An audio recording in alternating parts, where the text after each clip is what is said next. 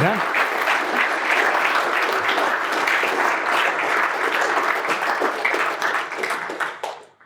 Good afternoon, folks. Welcome to what is going to be the worst speech of the entire weekend, because man, am I shattered. Heavy night last night, bear with me. Man, we are the children of winter, aren't we? We're going to return to DVDs. That's, oh God. It's like, I'm just thinking, what my granddad think of that, you know? Like, he's working on a farm. I'm not calling anyone out or anything more. I just couldn't help but think, God, yeah, that is the children of winter, isn't it? You know, we're going back to inconvenience, which is putting the DVD in. Like, I just, before I carry on, I just want to say, man, the quality of the talks this year were just staggering. I forget Walrus's real name. I don't think I know it, but I particularly enjoyed his talk. Which I just thought was way too good for 9 in the morning. You know, it was just like, oh my God. You know, but I mean, everyone's talk has just been unbelievably good, which makes being the last talk insanely hungover at the end of it ultra daunting. So I'm just going to enjoy the fact that this is going to suck. And I'm not going to try and do anything particularly clever either, I think. I'm really enthused when I see a room full of people like this. And then I start worrying about the sort of things that we talk about and the perspective from which we talk about. Like I wasn't actually able to watch the We Should Move to Paraguay speech, but I'm going to guess by the title, he's encouraging us to move to Paraguay.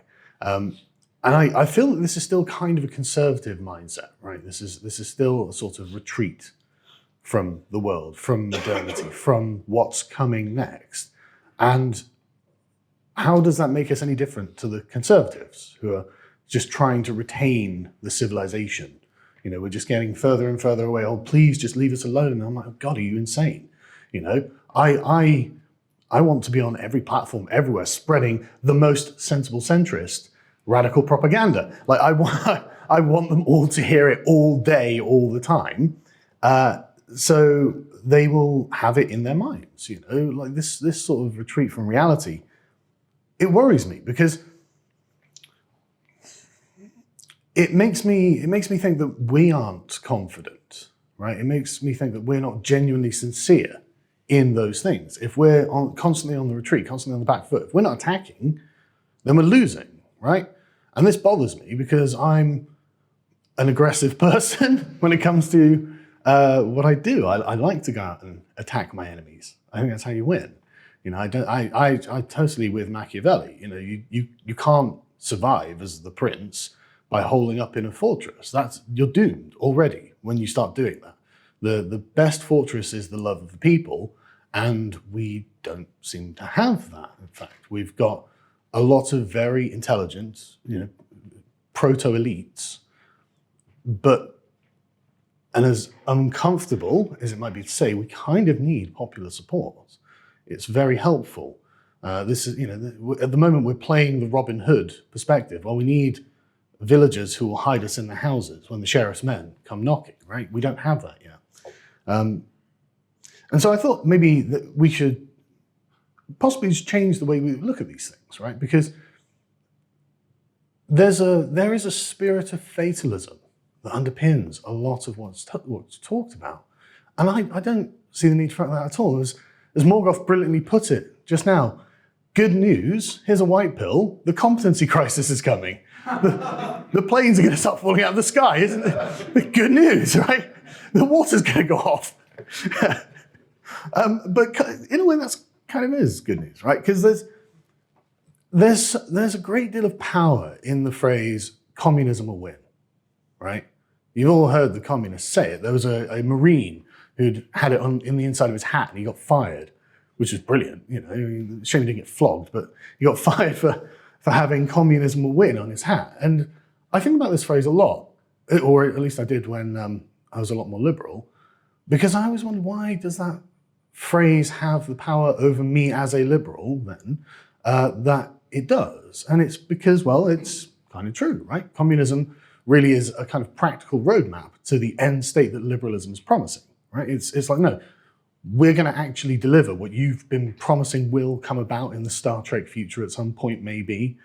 And because it is essentially just upping the ante on what is already offered by the liberal order, it does take on this dimension of power. And it's like, okay, they are always a constant threat in the background when any communist is talking to a liberal. I mean, like, you must have watched something like Good Morning Britain, where some blockhead like Piers Morgan is talking to an insane Marxist. And Piers Morgan is sat there like a deer in the headlights. There was one of this on GB News the other day, whereas that Alex woman, I think that's a Twitter account as well, actually. The Alex woman, she's not sending her best there, right? And she sat there next to what appeared to be like a lion in human clothing, which is this Black Lives Matter critical race theorist activist. And Alex looked visibly nervous, and this critical race theorist was just like, I'm going to eat you. I'm going to eat you in a minute. And it's like, and Alex is like, but could we have a discussion on what's for dinner? No, they're going to eat you. Why is that person sat there with you right now? And why, like, can we please just not overthrow our entire civilization and give it over to the race communists? And she's like, no, there's no compromise. We're going to do that.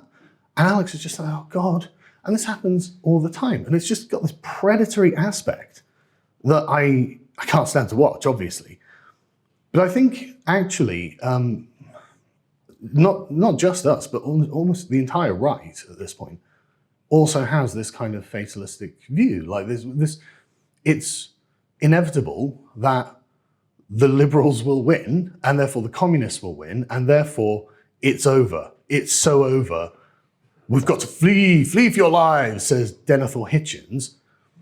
And okay, where are we fleeing to, Denethor? I don't know, Paraguay. Paraguay? What the fuck am I going to Paraguay? Like, of all the places on earth, can't I go to a first world country? No, you will not have indoor plumbing. You will not have Wi-Fi. You will use the DVD player. Sorry, Morgoth. I can't help myself. I'm just like, I don't want to use DVDs, bro. But why not VHS? This is about convenience, isn't it? To watch the full video, please become a premium member at lotuseaters.com.